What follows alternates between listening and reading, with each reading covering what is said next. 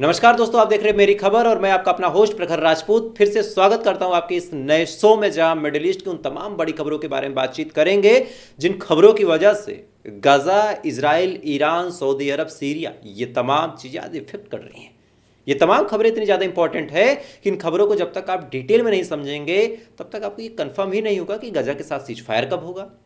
आपको ये भी कंफर्म नहीं होगा कि आने वाले टाइम में इजराइल और नेतन्याहू का फ्यूचर क्या होगा। आपको ये बात भी क्लियर नहीं हो पाएगी कि आने वाले टाइम में डोनाल्ड ट्रंप चाह क्या रहा। ये तमाम खबरें हम आपको डिटेल में बताएंगे, लेकिन इससे पहले कि खबरों का जखीरा आपके सामने शुरू करें, आपसे बस दो विनती है, आपसे बस दो रिक्वेस्ट है, दो इल्तिजा है। पहली रिक्वेस्ट बड़ी सिंपल सी है कि आप इस लड़ाई में किसकी जीत चाहते हैं, इजराइल की या फिलिस्तीन की। जिसकी भी चाहते हैं आप एक बार कमेंट करके जरूर बताइएगा, क्योंकि जब आप कमेंट करते हैं, मैंने शुरू से कहा है कि वो कमेंट हो सकता है दुआओं का काम कर जाए। और दूसरे सबसे बड़ी बात जो आपसे कहना चाहता हूं कि पुराना चैनल डिलीट है, नए चैनल पे आपकी सपोर्ट की जरूरत है। इस वजह से लाइक कर लीजिए, चैनल को सब्सक्राइब कर लीजिए, ताकि जब भी आपके सामने खबरों को लाओ तो सबसे पहले आप तक पहुंचे, क्योंकि यूट्यूब ज़्यादातर अंदर के एनालिसिस को डिलीट करवा देता है। तो बिना किसी देरी के बढ़ते हैं खबर की तरफ। और पहली खबर जो निकल के सामने आई है, ये खबर इजराइल के हवाले से बड़ी गड़बड़ खबर है, क्योंकि इस खबर को कहीं ना कहीं अमेरिका पुष्ट कर रहा। देखिए, आपको पता होगा कि अमेरिका और ईरान दोनों न्यूक्लियर डील को लेके 4 राउंड में बातचीत कर चुके हैं।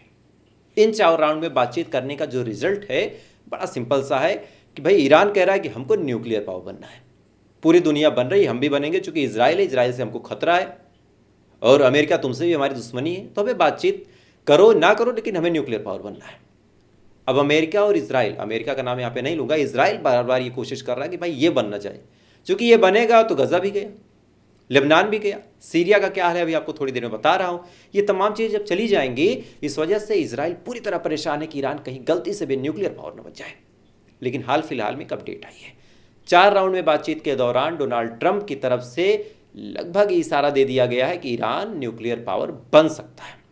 और न्यूक्लियर पावर की कुछ शर्तें होंगी, कुछ एग्रीमेंट होंगे। जाहिर सी बात है भाई, अमेरिका कोई ना कोई पेच फंसाएगा, लेकिन इन शर्तों का जो रिजल्ट होगा, इस रिजल्ट पे जब आप जाएंगे तब इजराइल के लिए आपको मुसीबतें बढ़ती नजर आएंगी।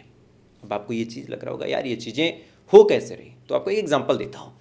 अमेरिका ने अपना B2 बॉम्बर, आप सोचिए अमेरिका का सबसे तगड़ा जो बॉम्बर है वो B2 है, B2 बॉम्बर को इजराइल के आसपास से हटा दिया, और साथ ही ईरान के इर्द गिर्द जो B2 बॉम्बर घूम रहे थे उनको भी हटा दिया, और कहा कि अब ईरान के पास हमारे B2 बॉम्बर तैनात नहीं रहेंगे। अब इसका मतलब क्या है? अगर इजराइल की तरफ से अमेरिका लड़ ही रहा है, अगर इजराइल की तरफ से अमेरिका खड़ा ही हो रहा है, तो फिर B2 बॉम्बर हटाने का क्या सेंस बना? हालांकि इसको मैनेज करने के लिए अमेरिका ने कहा कि हम यहाँ पे B52 लगाएंगे, लेकिन B2 अलग है, B52 अलग है। अब यहाँ भी आपको कुछ चीज़ें कम क्लियर होंगी। अब आपको दूसरी डायरेक्शन और दूसरी खबर बताता हूँ। दूसरी खबर निकल के सामने आई कि अब जब सऊदी अरब के दौरे पे डोनाल्ड ट्रंप गए हैं, तो इस दौरान डोनाल्ड ट्रंप ने एक ऐसा ऐलान किया जिसको देखने के बाद सऊदी के प्रिंस खड़े होकर तालियां बजाने लगे। दरअसल सऊदी अरब की राजधानी में जब ये मीटिंग चल रही थी, इसी दौरान डोनाल्ड ट्रंप ने बड़ा ऐलान करते हुए कहा कि आने वाले टाइम में सीरिया के ऊपर जितने भी सैंक्शंस, जितने भी प्रतिबंध हमने लगाए हैं, वो तमाम चीज़ें हम हटा देंगे। यानी जो सीरिया है वो फ्री टू फाइट है, फ्री टू लिव है, फ्री टू सर्वाइव है। सीरिया बिजनेस भी कर सकता है, सीरिया डील भी कर सकता है, सीरिया इंपोर्ट एक्सपोर्ट भी कर सकता है, और उसमें अमेरिका का थोड़ा भी इंटरप्शन नहीं होगा।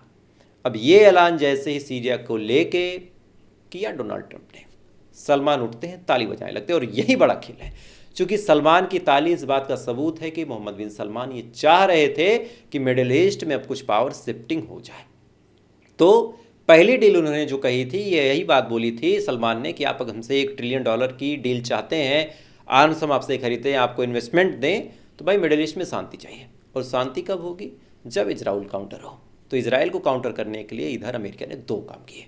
पहला, वहाँ से B2 बॉम्बर हटा के इधर खामनेई को सीधा सीधा कह दिया कि भाई बम बनाओ, लेकिन थोड़ी सी देख रेख में बनाओ, हमारी थोड़ी सी नजरानी रहेगी उस पर। और दूसरा, सीरिया को फ्री हैंड दे दिया। तो जब सीरिया का फ्री हैंड दे दिया, मतलब बड़ा साफ है कि अब इजराइल सीरिया पे हमला कर नहीं सकता आने वाले टाइम में। तो जब सीरिया पे हमला नहीं कर सकता, इधर ईरान के पास पावर आ जाएगी, तो फिर मामला बना क्या? तो मामला बड़ा सिंपल सा है कि ट्रंप भैया को दिख रहा है अपना बिजनेस, और ट्रंप को करना है अपना बिजनेस।